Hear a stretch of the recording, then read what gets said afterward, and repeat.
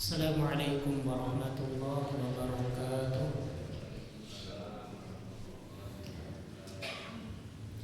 Alhamdulillahirabbil alamin wal aqibatu lil muttaqin wa la udwana illa 'alal zalimin. Wa asyhadu an la ilaha illallah wahdahu la syarika lah wa asyhadu anna Muhammadan 'abduhu wa rasuluh sallallahu alaihi wa ala alihi wa ashabihi wa man tabi'ahum bi ihsanin ila yaumiddin. Allahumma 'allimna ma yanfa'una wanfa'na bima 'allamtana wa zidna ilma wa arinal haqqa haqqan warzuqna ittiba'ah wa arinal batila batila warzuqna ijtinabah. Amma ba'd. Ikhwani fillah, jamaah rahimakumullah. Alhamdulillah, pertama kita panjatkan puji syukur kita kepada Allah Subhanahu wa taala yang senantiasa memberikan taufiknya kepada kita sehingga kita menjadi hamba yang selalu bersyukur dengan menggunakan fasilitas Allah sebagai bentuk ketaatan kita kepadanya. Kemudian salawat dan taslim tak lupa kita junjungkan kepada Nabi kita Muhammad sallallahu alaihi wasallam beserta para sahabat beliau dan orang-orang yang istiqomah menjalankan sunnah beliau. Tayyib, kita lanjutkan masih membahas fikih makanan dan minuman. Pertemuan terakhir kita sudah membahas tentang jenis-jenis makanan yang diharamkan di dalam Al-Quran. Maka pada subjudul malam ini kita akan teruskan di jenis-jenis makanan yang diharamkan berdasarkan sunnah Nabi SAW.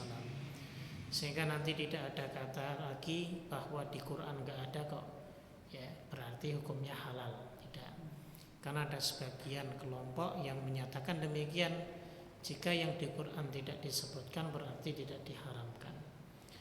Karena kembali kepada hukum asal makanan itu adalah halal. Memang benar.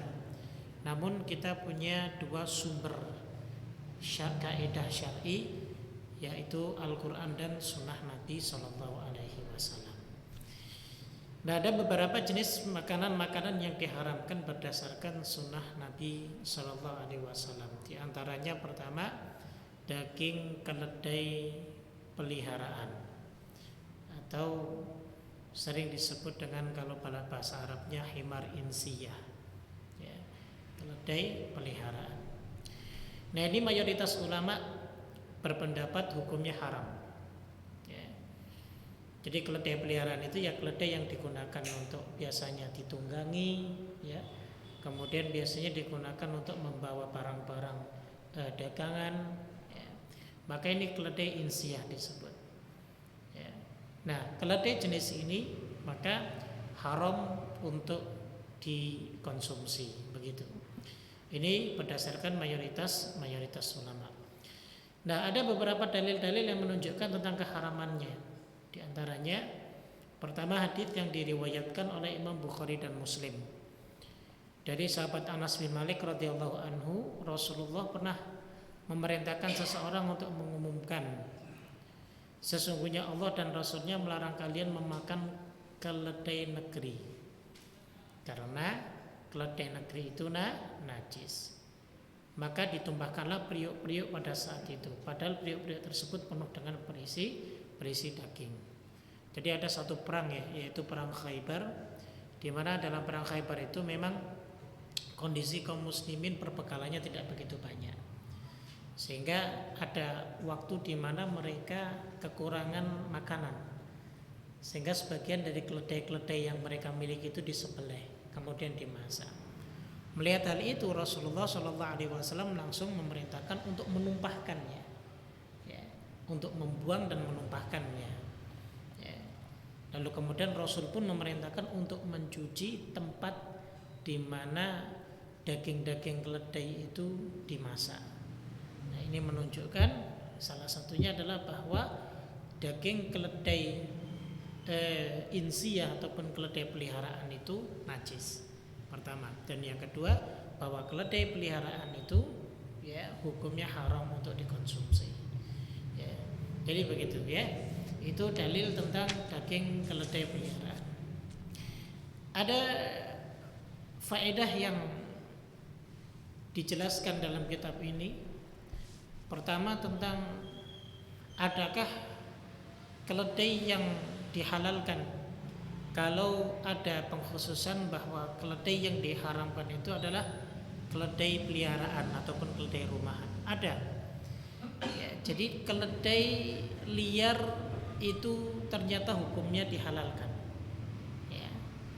Kalau saya punya dulu guru saya, ya, ada Syekh Dr. Ajuz hafizahullah taala mengatakan, beliau memberikan contoh, beliau mantan dosen dari Universitas Al-Azhar. Beliau ahlul hadis, ya. Beliau mengatakan bahwa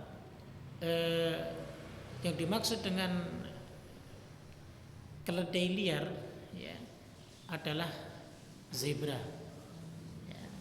Di antaranya jenis zebra itu dia disebut dengan keledai liar. Ya. Nah, hukum memakannya maka dihalalkan. Dan ini perkara yang disepakati oleh para ulama seperti itu. Ada satu riwayat yang dibawakan oleh Abu Qatadah rahimahullah taala, ketika ia berjalan bersama orang-orang yang sedang ihram, sementara ia dalam keadaan tidak berihram saat itu. Ihram itu berarti imma seseorang tersebut mengerjakan haji ataupun mengerjakan umrah. Nah, tiba-tiba muncul di hadapan mereka keledai-keledai wahsyiyah ataupun keledai liar. Lalu Abu Qatadah menyergapnya dan menyembelihnya. Setelah itu dimasak dagingnya, kemudian dimakan. Nah, mereka berkata, apakah kita memakan daging hewan buruan padahal kita dalam keadaan ihram? Kemudian mereka pun membawa sisa daging itu kepada Rasulullah. Maka Rasulullah bersabda, makanlah sisa daging tersebut. Jadi Rasulullah SAW ya justru malah memerintahkan sisa daging tersebut untuk dimakan kembali. Artinya, andaikan keledai liar ini hukumnya haram untuk dikonsumsi, tentunya Rasulullah tidak akan memerintahkan untuk memakannya kembali. Ya. Nah, jadi ini kalau dalam usul fikih disebut mafhumul mukhalafah. Mafhumul mukhalafah itu satu hal yang difahami berdasarkan kebalikannya. Ya, berdasarkan kebalikannya. Jadi jika Nabi membolehkan untuk memakannya, ya berarti daging tersebut dihukumi halal, seperti itu. Kemudian dalam riwayat lain juga disebutkan bahwa Rasulullah SAW pernah berkata kepada mereka, apakah kalian membawa sesuatu darinya? Maka mereka menjawab, kami membawa bagian kakinya ya Rasulullah. Maka Nabi pun mengambilnya dan beliau memakannya. Jadi ini dalil yang menunjukkan bahwa keledai liar itu hukumnya halal, berbeda dengan keledai peliharaan. Ya, keledai peliharaan maka dihukumi haram ya, oleh mayoritas ulama. Ya tentunya berdasarkan hadis-hadis yang ada seperti itu. Kemudian faedah yang kedua, yang sejenis dengan keledai itu adalah kuda. Nah, apa hukum mengkonsumsi daging kuda? Mayoritas ulama diantaranya adalah Imam Syafi'i, kemudian Hambali, ya. Dan ini juga satu pendapat dari ulama Malikiyah, serta mayoritas para sahabat dan tabi'in berpendapat boleh memakan daging kuda, ya. Baik itu kuda Arab maupun kuda barodin. Kuda barodin itu adalah kuda non-Arab. Ya. Nah tentunya mereka punya dalil ataupun alasan memperbolehkan mengkonsumsi daging kuda. Di antaranya adalah hadis yang diriwayatkan oleh Imam Bukhari dan Muslim. Ya, hadis ini dari Jabir bin Abdullah radhiyallahu anhu. Ia pernah berkata bahwa Rasulullah SAW melarang memakan daging keledai piaraan pada hari Khaybar dan membolehkan memakan daging kuda. Nah, Begitu pula ada hadis yang lain sebagai penguatnya, hadis diriwayatkan oleh Imam Bukhari Muslim juga dari Asma binti Abu Bakar radhiyallahu anhuma, ia berkata, kami menyembelih seekor kuda pada masa Rasulullah, lalu kami memakannya padahal kami saat itu berada di Madinah. Jika seandainya daging kuda itu haram, ya tentunya Rasulullah melarangnya. Begitu ya. Karena ada kaidah usul fikih yang menyebutkan takhirul bayan an waqtil hajah mamnuun. Mengakhirkan penjelasan di waktu-waktu yang dibutuhkan itu dilarang, enggak boleh. Ya, apalagi beliau seorang rasul, utusan Allah pembawa syariat yang menjelaskan mana yang boleh dan mana yang tidak boleh, mana yang hak dan mana yang batil. Tentunya jika ada perkara-perkara yang sifatnya diharamkan, pasti beliau langsung punya kewajiban untuk menyampaikannya. Namun saat itu Rasulullah tidak melarangnya. Nah, ini sebagai bentuk dalil bahwa daging kuda itu halal. Nah, biasanya yang mengkonsumsi daging kuda itu, dulu saya pernah di Makassar, ya. Jadi pernah menyantap daging kuda. Ya.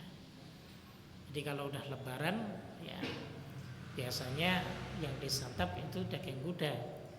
Kalau kita kan di Jawa biasanya ya cuman ayam, ya ayam apa? Ayam Jawa ya, atau ayam kampung. Dibikin opor kemudian ya makannya pakai ketupat. Kalau di sana pakainya daging kuda, makannya bukan ketupat, tapi apa? Sejenis lontong, namun lontong nggak jadi kalau istilah kita. Ya burasa. Ya. Jadi makan lontong kayak makan beras. Ya. Nah, itu di Makassar dulu. Jadi seperti itu ya. Artinya mayoritas para ulama menghalalkan mengkonsumsi daging kuda.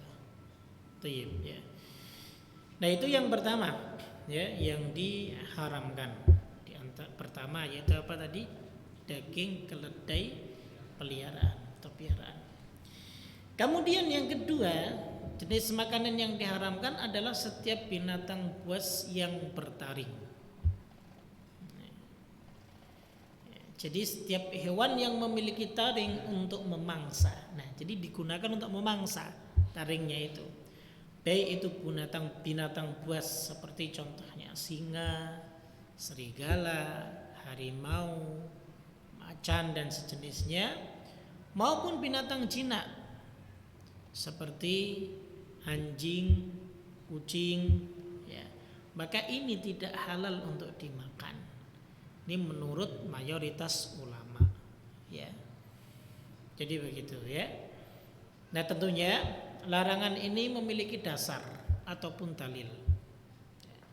Apa dasarnya atau dalilnya? Pertama adalah hadis dari Abu Hurairah radhiyallahu anhu, diriwayatkan oleh Imam Muslim. Nabi pernah bersabda, setiap binatang buas yang bertaring maka memakannya adalah haram. Ya. Setiap binatang buas yang bertaring memakannya haram hukumnya. Jadi tidak boleh dimakan. Begitu. Makanya ada beberapa waktu yang lalu ada sate kucing ya. Ada sate kucing. Makanya kalau di Solo itu pernah ada sate jamu, sate anjing. Jadi istilahnya di sana jamu. Maka orang yang nggak tahu masuk aja makan. Akhirnya karena viral kemudian diganti namanya ya sate anjing. Sebelumnya banyak masyarakat yang tidak tahu ternyata yang dijual itu adalah daging anjing. Maka ini tidak boleh. Baik.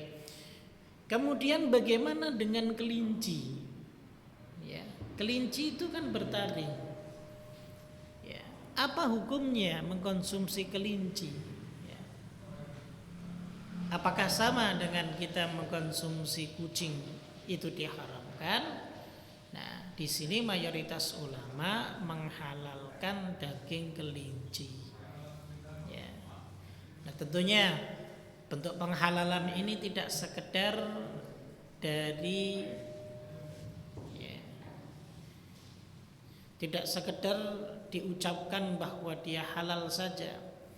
Tentunya dia memiliki dalil yang mengarahkan kepada bahwa hukum mengkonsumsi daging kelinci itu halal.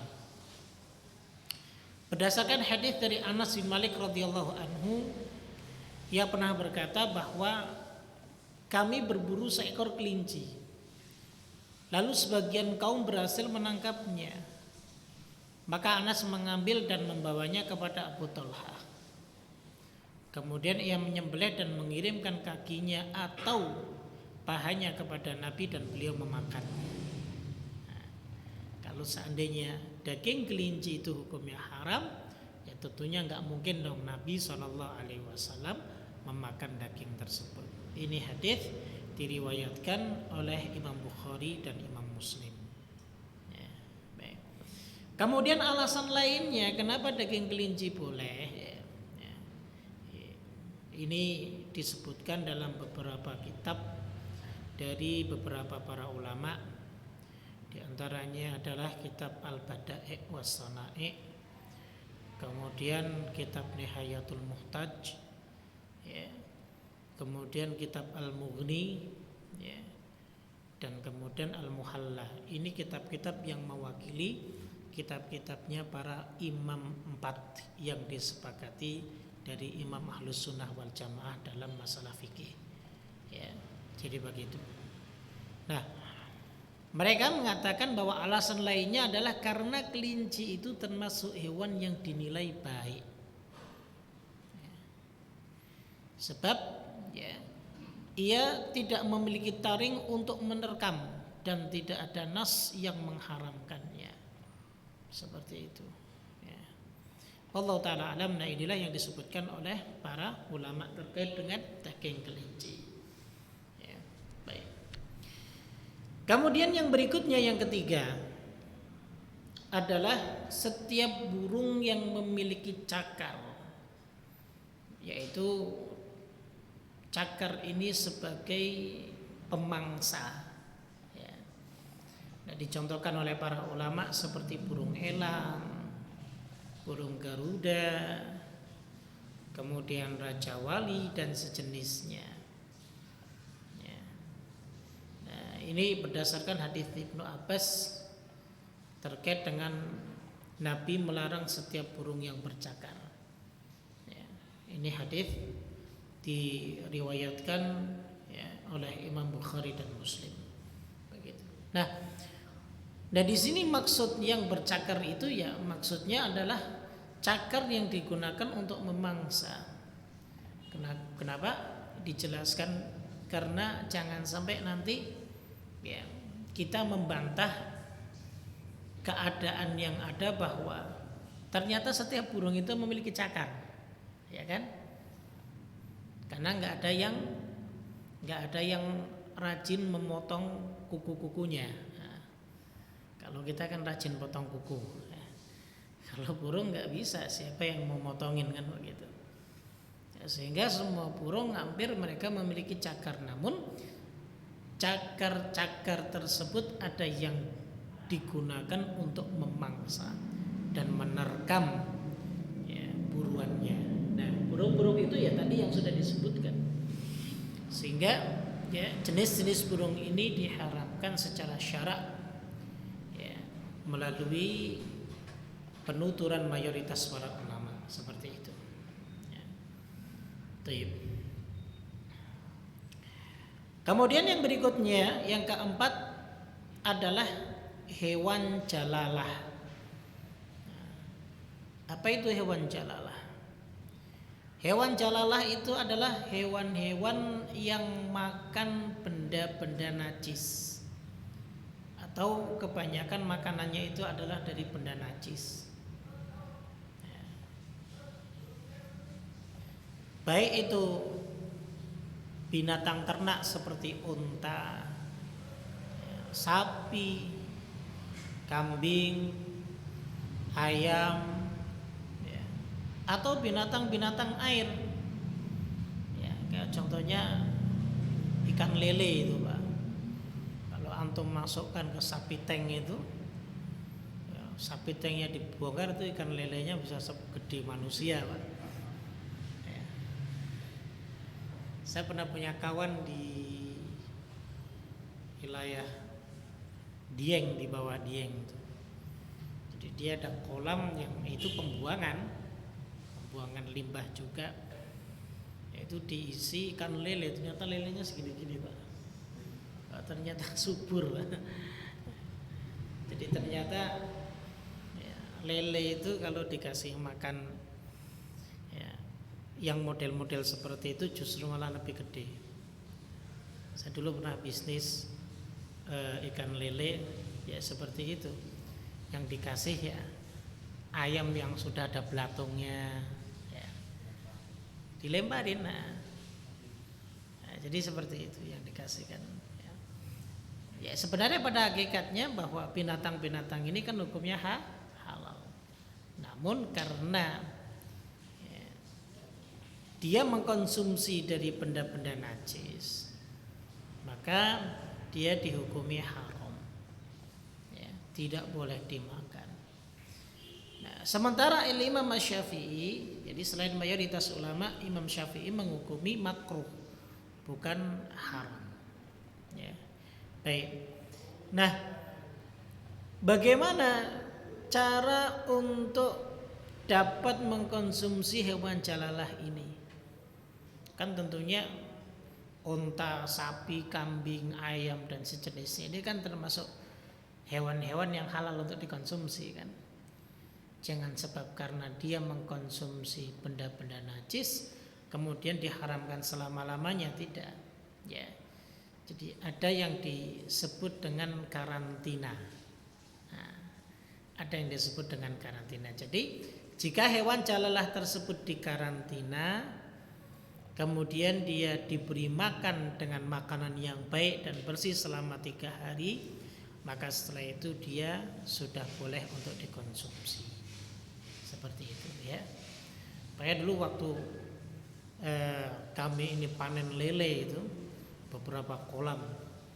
Setiap kolam itu ada sekitar 5-6 kintal, Pak. Ya, kita kalau sudah panen beberapa kolam sampai 10 kolam itu, jadi dijual kepada pengepulnya. Kemudian kita tanya, ini dijual langsung Pak ke pasar? Tidak, Mas. Jadi ternyata dia dikarantina dulu biar mutah dulu. Ya. Jadi mutahan itu ya sisa-sisa makanan dari makanan-makanan yang najis. Lalu kemudian ya setelah itu baru setelah 3 hari dia jual. Ternyata dia tahu juga fikihnya, meskipun dia orang awam nih, kita nggak tahu ya, dia belajar fikih sunnah apa tidak tentang masalah makanan ini. Tapi yang jelas ternyata dia tahu hal seperti itu, sehingga benar ya, sangat benar memang seperti itulah cara kita menghalalkan binatang jalalah seperti itu. Baik. Kemudian yang berikutnya, yang ke-6 hingga ke-10 ya, ada hewan-hewan yang diperintahkan oleh syariat untuk dibunuh. Ya, ini hewan-hewan yang tidak halal untuk dimakan. Contoh hewan yang diperintahkan untuk dibunuh apa Pak? Tikus ya. Terus kalajengking, kemudian burung gagak ya. Kemudian ada burung yang mirip dengan burung gagak disebut hudia ya. Terus anjing galak, kalau gigit boleh bunuh saja ya. Urusannya terakhir nanti ya. Kalau dia galak daripada gigit kita Pak ya, jadi nanti kitanya yang jadi galak ya. Ya. Kemudian tokek ya. Tokek itu dia termasuk cicak juga kan, dia kan diperintahkan untuk dibunuh ya. Makanya ya, jangan percaya kalau cicak itu dibakar sampai gosong dicampur kopi bisa menyembuhkan penyakit asma. Ada perintahnya dibunuh ya. Bukan untuk ngopi, ya ngopi sendiri Pak ya. Kemudian ular ya. Jadi ini binatang-binatang yang diperintahkan untuk dibunuh secara syarak maka hukum mengkonsumsinya adalah haram. Ya. Ini berdasarkan dalil penuturan dari Nabi Shallallahu Alaihi Wasallam yang diriwayatkan oleh Imam Bukhari dan Muslim. Ya. Kata Nabi, ada khamsun minal fawasik, ada 5 hewan pengganggu yang boleh untuk dibunuh. Ya. Di antaranya adalah tikus, kalajengking, hudia, gagak, dan anjing galak. Ya. Begitu. Ada riwayat lain yang disebutkan oleh Imam Muslim, ya. Dan juga ini dikuatkan oleh Imam Bukhari. Ya. Dari Sa'ad bin Abi Waqqas radhiyallahu taala anhu, dia pernah berkata bahwa Rasulullah memerintahkan agar membunuh tokek, karena Rasulullah menyebutnya sebagai binatang pengganggu. Ya, jadi dari dalil-dalil ini menunjukkan, ya, tentang perintah untuk membunuh binatang-binatang tersebut, sehingga, ya, binatang-binatang tersebut dikategorikan sebagai binatang-binatang yang haram untuk dikonsumsi. Ya. Jadi begitu. Ya. Taib. Kemudian yang berikutnya, yang ke-11 sampai 15, kaidah umumnya binatang yang dilarang oleh syariat untuk dibunuh, ya, tidak halal untuk dikonsumsi. Di antaranya adalah semut, ya, kemudian lebah, ada jenis burung hudhud dan burung surot. Ya. Nah, ini burung surot ini burung yang kepalanya besar. Ya, kalau antum ketik di Google itu ada burung surot, ya, kepalanya gede, lebih besar dari badannya. Ya, ada jambulnya. Ya. Itu mahal tuh bagi yang suka burung. Ya. Itu langka. Itu bisa ngambilnya biasanya banyak ini di wilayah Jazirah Arab. Kalau antum bawa ke Indonesia melalui pesawat, ya lumayan Pak, ongkosnya 20 juta, antum bisa jual tuh burung 50 juta. Ya. Nah, beberapa dalil menunjukkan tentang larangan Nabi Shallallahu Alaihi Wasallam membunuh binatang-binatang. Nah, bentuk pendalilan dari pengharamannya adalah, ya, bahwa larangan membunuhnya berarti larangan untuk menyembelihnya. Nah, begitu. Nah, tidak dihalalkan menyembelihnya karena dilarang untuk memakannya. Seandainya memakannya halal, tentu tidak dilarang untuk membunuhnya. Namun, ya, kalau kaidah ini diterapkan, maka jenis yang sebelumnya yang barusan kita sebutkan, ya, yang perintah untuk dibunuh berarti masuk ke dalam kategori dihalalkan. Sedangkan tadi yang perintah untuk dibunuh juga tergolong binatang-binatang yang haram, begitu. Ya. Sehingga tidak kuat jika seandainya dalilnya disebabkan karena hewan-hewan ini dilarang oleh syariat untuk dibunuh. Ya. Tapi yang jelas binatang-binatang ini, ya, ya dilarang, ya, berdasarkan, ya, beberapa syarat yang disebutkan, ya, yang menjurus kepada pelarangan untuk mengkonsumsi binatang-binatang tersebut. Artinya yang dimaksud larangan untuk dikonsumsi ini dikonsumsi secara sengaja, Pak. Jadi bukan misal ada semut masuk ke dalam minuman gitu, kemudian kita minum ternyata masuk ke dalamnya, berarti kita sudah memakan binatang yang haram, ya, tidak, bukan seperti itu. Jadi benar-benar dikonsumsi secara sengaja, dikumpulkan semut kemudian dibikin keripik misalnya, ya. keripik semut, misal seperti itu. Atau mungkin rujak semut rangrang misalnya gitu, biar tambah pedes kan. Karena cabai mahal, kemudian pakainya semut merah, contohnya gitu. Nah, ini jelas bukan perkara yang termasuk perkara yang ya ini yang tidak diperbolehkan karena dia dengan sengaja ingin mengkonsumsinya seperti itu. Ya. Baik, tapi di sini masih banyak beberapa para ulama yang istilahnya memperbincangkan terkait dengan jenis-jenis binatang ini. Termasuk diantaranya juga katak, ya kan? Katak ini ya, Rasulullah Shallallahu Alaihi Wasallam melarang untuk membunuhnya, begitu. Jadi kalau dilarang untuk dibunuh, ya berarti dilarang untuk disembelih. Kalau dilarang untuk disembelih, berarti dilarang untuk dikonsumsi. Seperti itu. Wallahu taala alam bisawab. Tapi yang jelas, ya, yang jelas makanan yang enak banyak, gitu, Pak. Ya. Nggak usah nyari-nyari makanan yang kayaknya kurang srek lah di hati kita. Kalau ada ayam sama ada semut satu mangkok, pilih mana Pak? Ayam kan Mas. Gak mungkin nanti pilih semut, kan? Begitu aja. Ya. Seperti itu.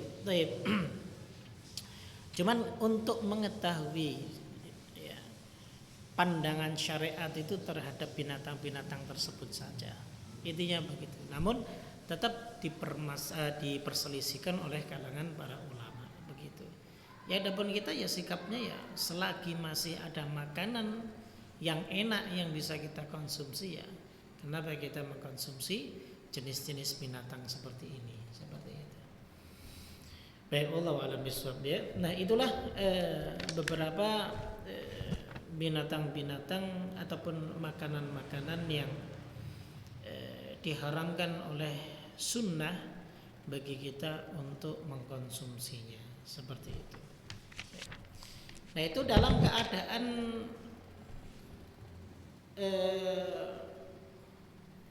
kita mampu ya, bukan dalam keadaan darurat.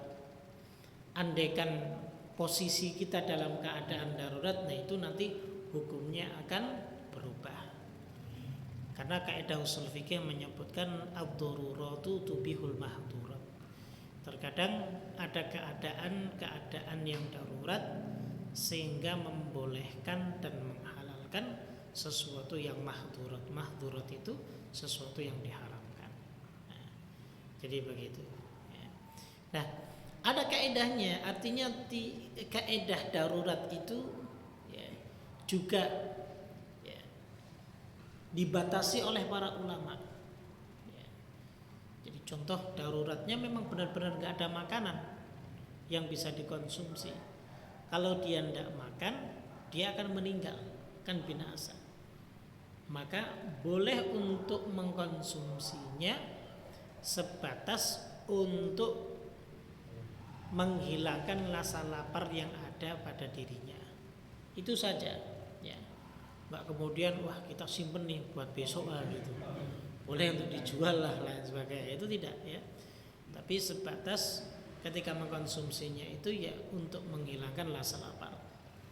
Karena kita tidak boleh wala taqtulu anfusakum, nggak boleh untuk membunuh diri kita sendiri ya, membinasakan diri ya dengan kita membiarkan diri kita untuk bertahan padahal sudah nggak bisa untuk bertahan ya, sedangkan kita ya, bisa mendapatkan jenis makanan yang meskipun diharamkan begitu ya, jadi boleh ya.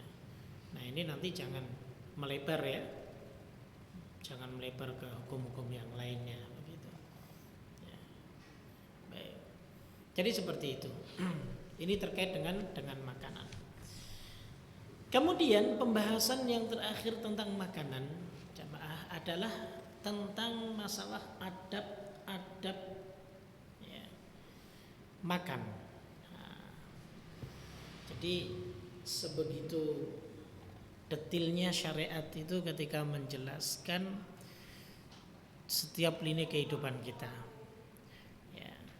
agar supaya apa yang kita lakukan itu memiliki nilai di sisi Allah. Tidak hanya sekedar melampiaskan keinginan saja. Ya. Makanan itu kan hanya melampiaskan keinginan kita. Entah keinginan yang bersifat primer maupun keinginan yang sifatnya sekunder kan. Kalau keinginan yang sifatnya primer ya karena memang kita ini lapar. Tapi ada keinginan yang sifatnya sekunder karena jenis makanan itu enak, gitu. Sampai kita bela-belain untuk bisa membeli makanan tersebut dan bisa untuk mengkonsumsinya. Nah begitu. Ya. Nah disitulah Islam ya mengajarkan bagaimana setiap lini kehidupan kita itu bisa mewujudkan pahala di sisi Allah Subhanahu wa taala. Di antaranya dalam perkara makan. Ya. Dalam perkara makan. Sehingga Rasulullah Shallallahu alaihi wasallam mengajarkan bagaimana sih adab-adab kita saat kita makan. Begitu. Baik, di sini ada beberapa poin. Di antaranya pertama, jangan lupa sebelum kita makan itu membaca basmalah. Ya. Itu. Nah, ini yang diajarkan oleh Rasulullah Shallallahu alaihi wasallam. Banyak dalil yang menyebutkan tentang ini, di antaranya ya, hadis yang diriwayatkan ya, oleh Imam Bukhari ya, ketika Rasulullah Shallallahu alaihi wasallam mengajarkan makan kepada anak dari istri beliau Ummu Salamah ya. Jadi Nabi itu menikahi Ummu Salamah yang saat itu Ummu Salamah itu sudah memiliki anak ya. Jadi suaminya Ummu Salamah itu Abu Salamah. Nah, ini seperti kisah, kalau kita membaca kisahnya beliau ini ya, kayak di film-film kalau kita pernah nonton film sinetron itu ya. Mereka berdua itu dipisahkan disebabkan karena ketidaksetujuannya orang tua Ummu Salamah untuk melepaskan Ummu Salamah agar dibawa suaminya hijrah ke Madinah. Jadi menunggu penantian selama beberapa tahun lamanya, sehingga keduanya dipertemukan kembali di wilayah yang disebut dengan Kuba. Ya. Begitu bahagianya keduanya dipertemukan oleh Allah Subhanahu wa taala. Ya. Jadi cinta itu butuh perjuangan ya, betul kan? Butuh perjuangan, tapi yang sudah halal ya. Kalau yang belum halal ya jangan diperjuangkan secara haram. Itu Pak, ini pembicara anak muda Pak, yang tua ya sudah Pak. Kita sudah berlalu ya, yang belum nikah saja.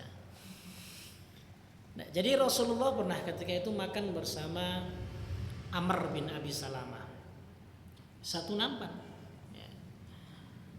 Saat itu Rasul langsung menegur nih Amr bin Abi Salamah. Ya ulam samillah wa kul biyaminik.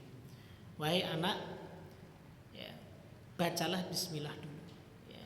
Kemudian makan dengan tangan kanan kan. Ya. Jadi begitu. Ya. Teguran Rasulullah ini mengajarkan kepada kita salah satu daripada adab makan itu adalah sebelum makan kita mengucapkan bismillah. Seperti itu. Karena makanan yang dimakan jika tidak disebut nama Allah, maka di situ syaitan akan mendapatkan bagiannya. Dalam satu riwayat disebutkan inna syaitana yastahillu ta'am alla yudhkara smullahi alaih, bahwa setan itu ya, akan mendapatkan bagian makanan yang tidak disebutkan nama Allah padanya ya. Jadi begitu. Jadi bagi yang kurus-kurus itu mungkin gak baca bismillah sehingga dibantu oleh syaitan untuk dikonsumsi Pak ya, jangan bangga antum kurus ya, justru yang gemuk ini berarti yang berkah kan. Karena makanannya jadi daging semuanya. Enggak, Pak, bukan itu ya. Jadi yang jelas bahwa kita menghalalkan syaitan untuk menyantap makanan yang kita makan kalau kita tidak mengucapkan bismillah. Ya, jadi begitu ya. Baik, jika kita lupa misal sudah kita makan di tengah-tengah kita lupa, maka ada doa khusus yaitu dengan membaca bismillahi awwalahu wa akhirahu. Ya, misal kita saking senangnya nih ya, makan nasi mandi ya, dagingnya kambing, masya Allah ya. Setahun sekali karena kita makan ya. Saking bahagianya kita datang ke nampan tersebut langsung kita santap ya. Kemudian sahabat kita melihat, akhi udah bismillah belum? Oh iya, ana lupa, afwan. Saking semangatnya takut dagingnya habis ya, sehingga boleh saat kita lupa kita membaca bismillahi awwalahu wa akhirahu. Nah, begitu. Dengan menyebut nama Allah artinya dari awal hingga akhir. Seperti itu. Kemudian yang kedua dan ketiga adab makan adalah makan dengan tangan kanan dan tidak memakan yang ada di hadapan orang lain. Ya. Nah, ini masih menyambung hadis tadi dari Amr bin Abi Salamah tadi. Ketika Nabi mengajarkan, ya ghulam samillah wa kul biyaminika wa kul mimma yalik. Ya, wahai nak, bacalah bismillah, makanlah dengan tangan kananmu dan makan apa yang ada di depan. Nah, ini jika jenis makanannya adalah sama ya. Namun jika jenis makanannya berbeda, kita datang ke restoran Garuda ya, disiapkan di depannya ada ayam bakar, ada gulai, daging. Kebetulan di depan kita kerupuk kulit. Hah? Kira-kira boleh nggak kita untuk ngambil yang daging yang di sana? Ya kalau itu beda lagi kasusnya, yang seperti itu diperbolehkan. Ya, seperti itu dibolehkan. Tapi kalau jenisnya sama, karena memang pada saat itu Rasulullah makan dengan Amr bin Abi Salamah itu menggunakan nampan, sehingga satu jenis makanan, maka jangan mengacak-ngacak ke wilayah orang lain. Begitu, karena sudah ada porsinya ya. Begitu ya. Kemudian yang keempat adalah adab makan yang mungkin diantara kita jarang mengetahuinya, yaitu ketika makan kita mengambil dari bagian pinggir makanan tersebut, nah, ya, bukan dari tengahnya. Hal ini berdasarkan sabda Nabi Shallallahu Alaihi Wasallam, diriwayatkan oleh Imam Abu Dawud, Ibnu Majah dan Ahmad. Kata beliau, al barakatu tanzilu fi wasati ta'am, fakulu min hafataihi wa la ta'kulu min wasatihi. Keberkahan itu turun dari bagian tengah makanan, maka makanlah dari sebelah pinggirnya dan jangan makan dari bagian tengahnya. Zahir hadis ini, Pak, yang antum pahami apa? Makan yang tengah langsung yang berkah ya. Kenapa makan yang pinggir? Ya kan? Ya. Tapi yang dimaksud di sini bukan itu. Yang dimaksud di sini adalah bahwa ketika kita makan yang tengah terlebih dahulu, akhirnya yang pinggir tidak disantap. Ya. Yang pinggir tidak disedap sehingga menjadikan kemubadiran. Karena keberkahan itu bukan sifat dzatiyahnya. Dzatiyahnya secara, kalau nasinya bukan itunya. Ya. Tapi keberkahan itu saat semua makanan itu disantap habis. Itu yang menjadikan berkah. Ya. Ya, sehingga kalau diambil yang tengahnya, orang yang lain akan pinggirnya udah diacak-acak yang tengah sisanya. Jadi seperti itu ya. Jadi jangan difahami hadis ini dari sisi zahirnya. Kalau dari sisi zahir hadis ini, maka antum pasti akan mengambil bagian tengah. Dan kalau saya yang menjadi pramusajinya makanan, Kalau antum mau pakai kaidah itu, jadi yang tengah saya lubangi. Jadi lauknya saya taruh di pinggir semuanya. Antum nggak akan bisa ambil yang tengah.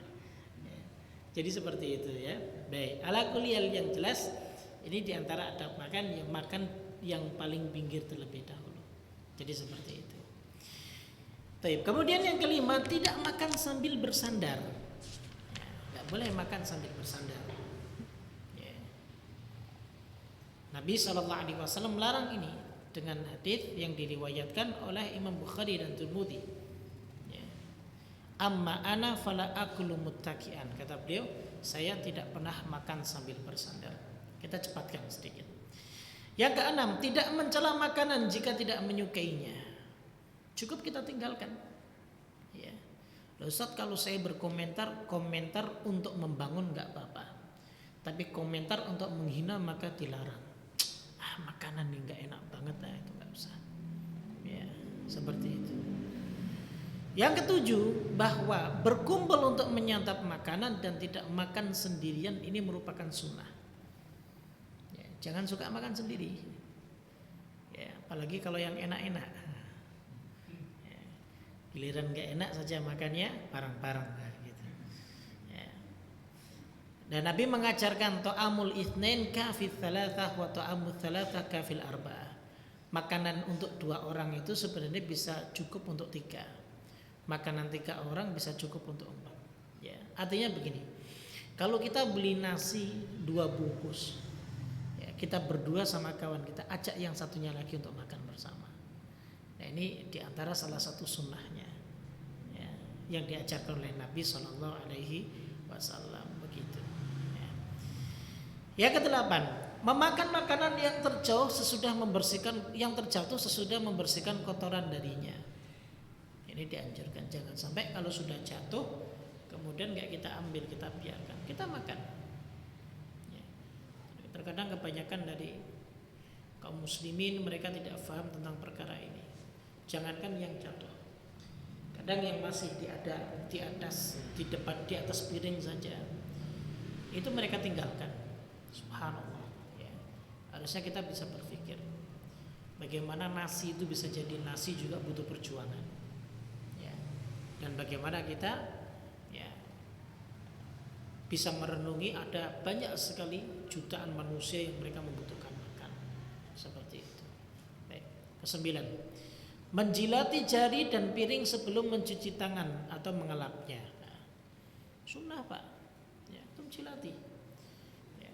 Makanya saya itu kurang setuju kalau ada kondangan pakai piring kemudian pakai sendok. Nah, ya. Kalau antum diundang untuk menghadiri pesta pernikahan, makan pakai tangan. Ya. Jadi tunjukkan sunnah Nabi Shallallahu Alaihi Wasallam sambil duduk. Setelah itu jilati tangan antum, atau suruh teman antum jilati tangannya. Nah, ini juga sunnah. Ya. Kalau mau ya, kalau mau ini sunnah. Begitu ya. Coba praktekkan itu agar masyarakat itu tahu bahwa ini loh sunnah Nabi Shallallahu Alaihi Wasallam. Di sisi lain kita dapat keberkahan kenyang, di sisi lain kita dapat sunnah yang sangat memberikan faedah bagi kita. Dan yang terakhir, memuji Allah dan berdoa sesudah makan. Nah, doanya ya banyak ya. Contohnya doa makan, alhamdulillahilladzi kafana wa arwana ghairu makfiyin wala makfurin.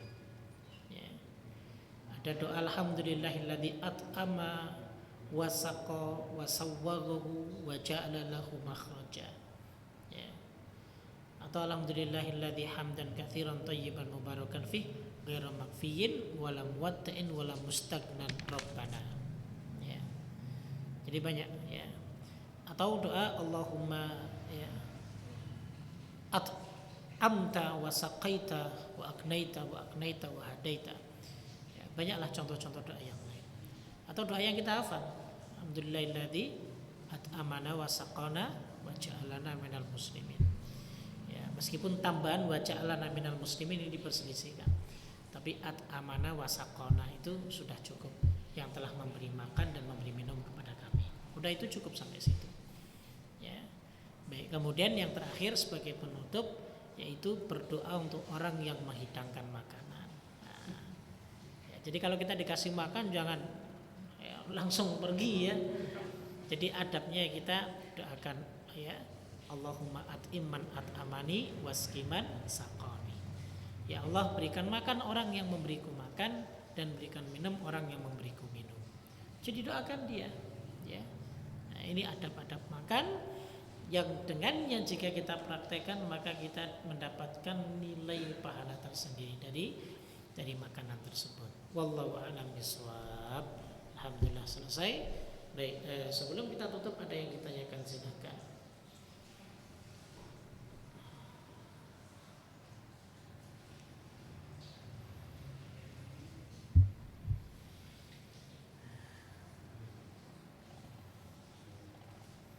Jelas? Ya, antum kayaknya belum panas lagi.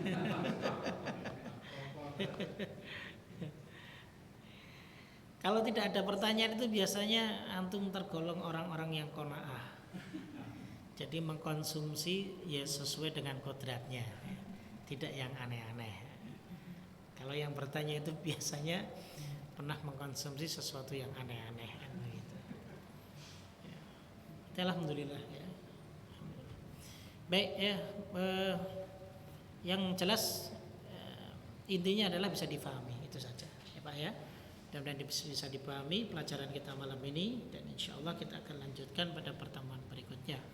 Kita tutup dengan doa kafaratul majlis. Subhanakallahumma bihamdik asyhadu an la ilaha illa anta astaghfiruka wa atubu ilaik. Assalamualaikum warahmatullahi wabarakatuh.